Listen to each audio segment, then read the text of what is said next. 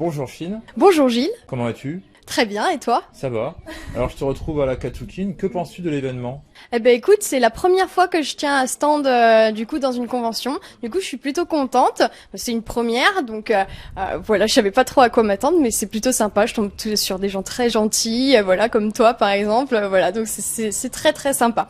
Est-ce que tu as eu des anecdotes aujourd'hui à nous faire part? Je sais pas, une rencontre particulière Ben juste en face de moi, il y a une association qui fabrique des costumes, qui fabrique plein de choses, et en fait, eux, ils veulent partager leur art, en fait. Donc, par exemple, il y a une jeune femme qui sait coudre, qui a appris de quelqu'un d'autre, et elle aimerait donner ce qu'elle connaît à quelqu'un d'autre et le partager sans arrêt. Donc, je trouve que moi, qui aime beaucoup l'artisanat, dans cette idée-là, c'est vraiment génial. Et du coup, ben, peut-être qu'il y aura un partenariat pour avoir un emplacement dans un gros événement comme Hydrasil ou comme Éco et Merveille. Peut-être. Voilà, donc c'est une belle rencontre que j'ai faite tout à l'heure. Il y a un monsieur qui fait du cuir, qui fait des très belles choses en cuir. Franchement, bravo l'artisanat. C'est toujours l'artisanat, ça fait tout selon moi. Donc il travaille très bien, c'est délicat et puis c'est des produits qui durent dans le temps. Donc je suis allée voir quasiment tous les artisans et je les ai félicités pour leur travail parce que ils le méritent bien, parce que c'est des heures et des heures de travail à chaque fois sur chaque œuvre, et je pense que les gens se rendent pas toujours compte du travail qu'il y a derrière. Et du coup, oui, le monsieur qui fait du cuir, il y a eu aussi une jeune fille qui fait des dioramas Pokémon, des petits trucs comme ça là, que c'est vraiment trop mignon, j'adore. J'aimerais beaucoup la voir à la boutique un jour. Donc, t'en fais donc souvent des conventions ou des Du coup, c'est la toute première que je fais. Ouais, c'est vraiment la première, parce que nous, à la base, du coup, on a la boutique à Montpellier. Voilà, la boutique associative d'artisanat d'art à Montpellier, Nébuleuse, qui se trouve 4 place Sainte-Anne. Voilà, on a ouvert il y a un petit peu plus d'1 an, et du coup on est carrément centré sur l'artisanat. En fait, il y a que ça chez nous, de l'artisanat. Donc il y a du pirate, il y a du steampunk, il y a du cabinet de curiosité, fantastique, féerie, il y a des dragons, enfin il y a plein de choses à la boutique. On est 17 créateurs à se partager l'espace. Et du coup, j'ai monté l'association avec mes parents, mon papa et ma maman que tu as vu tout à l'heure. Et mon Instagram aussi. Voilà, c'est ça. Mon papa n'est pas là aujourd'hui, mais du coup, voilà, on est 100% bénévoles et on fait ça vraiment pour le plaisir parce qu'on adore l'art et l'artisanat. Tu es tombé dans le fantastique ou la science-fiction à quel âge? Alors, je sais pas vraiment, parce que moi je dessine depuis que j'ai 3 ans, c'est ce que je fais, je suis artiste-auteur, ça fait pas très longtemps que je me suis déclarée, et en fait j'ai toujours fait des trucs un peu louches, un peu fantasy, féerique, sans jamais vraiment m'en rendre compte, et puis en fait, c'est quand j'ai monté une première boutique de créateurs à Montpellier, on a ouvert une boutique qui était assez lambda, qui ressemblait un peu à toutes les boutiques de créateurs qu'on a un peu partout, avec du zéro déchet, du bébé, des trucs assez banals, et en fait je me rendais compte que j'arrivais pas à trouver ma place au milieu de ces gens-là, et en fait je me suis dit, mais si j'arrive pas à trouver ma place chez eux, en fait, je vais créer ma propre place avec des gens qui me ressemblent. Et c'est là qu'en fait, finalement, je me suis rendu compte que ce genre d'endroit, ça me convient. C'est un style qui me plaît. Après, j'aime encore, Éco et Merveille, par exemple, c'est beaucoup plus ciblé sur l'artisanat, sur le médiéval, sur le fantastique. Mais j'aime beaucoup ce genre d'environnement. J'en fais régulièrement en tant que visiteur. Donc si tu es tombé dans le fantastique et tout ce domaine-là, c'est avec des films ou des livres? Écoutez, moi j'ai beaucoup lu quand j'étais plus jeune et j'adorais tout ce qui était policier et trucs d'horreur. Après, j'adore les films d'horreur aussi de manière générale, et j'ai regardé quelques mangas que j'aime bien aussi. Donc oui, un petit peu. Je suis pas non plus énormément, mais un petit peu, et assez pour aimer participer à ce genre de convention. T'es tombé dans Harry Potter ou pas? Non, pas trop. Je les ai vus. Enfin, je les ai pas tous vus, mais j'en ai vu certains. Et c'est vrai que j'aime bien faire des potions. Et dans l'univers d'Harry Potter et tout ça, la magie, je suis pas forcément fan d'Harry Potter, mais j'aime l'univers fantastique avec les mandragores, tous ces espèces de bestioles chimériques et tout ça, ça me fait kiffer. C'est le folklore en fait qui me plaît beaucoup. C'est finalement le folklore. Voilà. Donc à ton stand, tu proposes quoi? Alors, à mon stand, du coup, là, à l'heure actuelle, j'ai 5 créateurs que je présente.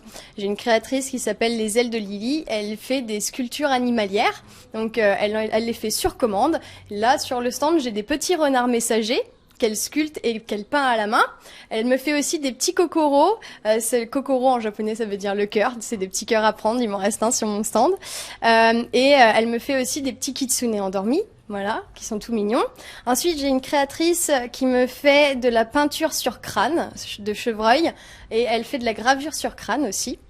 Personnellement, je fais du dessin en noir et blanc. Je fais aussi des fioles, des potions, tout ça, et je fais aussi des fioles avec des ailes de papillons que je récupère. C'est des papillons que je chine, en fait, dans des vieux cadres, des vieilleries comme ça. Je les récupère et je leur donne une nouvelle vie.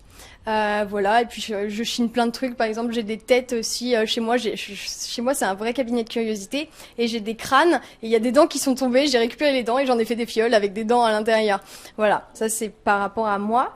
Et après, j'ai une autre créatrice qui me fait une planche de Ouija. Voilà, qu'on peut utiliser avec le petit fascicule et tout ça. Elle me fait aussi des petites fioles avec du sang de vampire, de l'ectoplasme, du pipi de licorne, et elle en a encore plein d'autres à la boutique, des poils de Bigfoot, des bouts de balais de sorcière. Enfin, elle me fait plein de trucs. Et entre autres, elle m'a envoyé une pièce énorme qui est le kit chasseur de vampires. C'est une grosse pièce. Je pense que tu l'as vu tout à l'heure sur le stand. Voilà, elle a chiné en fait plein d'objets, et en fait, elle a aussi chiné une malle de violon, et en fait ils ont tout refait à l'intérieur, et enfin c'est un truc énorme quoi, c'est impressionnant, c'est une pièce unique. Bon, elle est assez chère, mais pour les fans de cabinet de curiosité, c'est vraiment un truc à ne pas manquer quoi. Tes parents, ils pensent quoi de ce que tu réalises?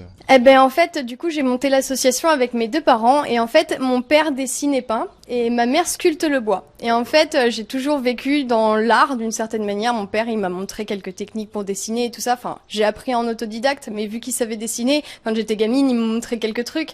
Voilà.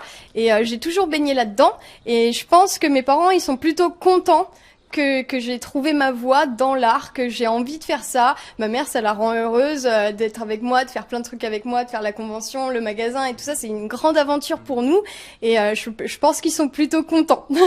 Je pense. Ah, c'est cool quand nos parents ils acceptent notre passion et qu'ils sont à fond avec nous, c'est vraiment super quoi. C'est ce que je souhaite à tout le monde d'ailleurs, c'est que les parents ils soient derrière et qu'ils soutiennent les gamins quoi. Voilà. Et t'as des projets pour ta boutique ou... Après moi ce que j'aimerais bien faire, c'est que bon, c'est ma première convention. Du coup, j'aimerais bien en faire d'autres. Entre autres, j'aimerais bien faire la TGS à Montpellier. Donc là, j'ai lancé un email à voir où ça va. Et puis j'aimerais bien faire Écho et Merveille. J'aimerais bien faire aussi Hydrasil à Lyon. Et puis après, dans notre idée, dans nos projets avec ma maman, on aimerait quitter Montpellier et réouvrir une autre boutique ailleurs. Voilà, mais dans un endroit où il y aurait plus, où ça serait plus centré sur l'artisanat et sur l'art. Où est-ce qu'on peut te trouver? Alors, bah, du coup, sur Montpellier, 4 rue Sainte-Anne, du coup, on peut me retrouver là-bas. Sinon, bah, je suis active sur les réseaux sociaux. Du coup, j'ai la page de la nébuleuse, c'est nébuleuse34. Ou sinon, j'ai ma propre page Instagram qui est Chine Perardel. Voilà, tout simplement. Alors, aurais-tu autre chose à rajouter? Un petit message. Merci beaucoup pour cette interview, ça m'a vraiment fait plaisir, et puis c'est une de mes premières interviews, du coup, merci de m'avoir écouté, d'avoir pris en compte tout ce que j'ai dit et de faire découvrir l'artisanat à vos abonnés.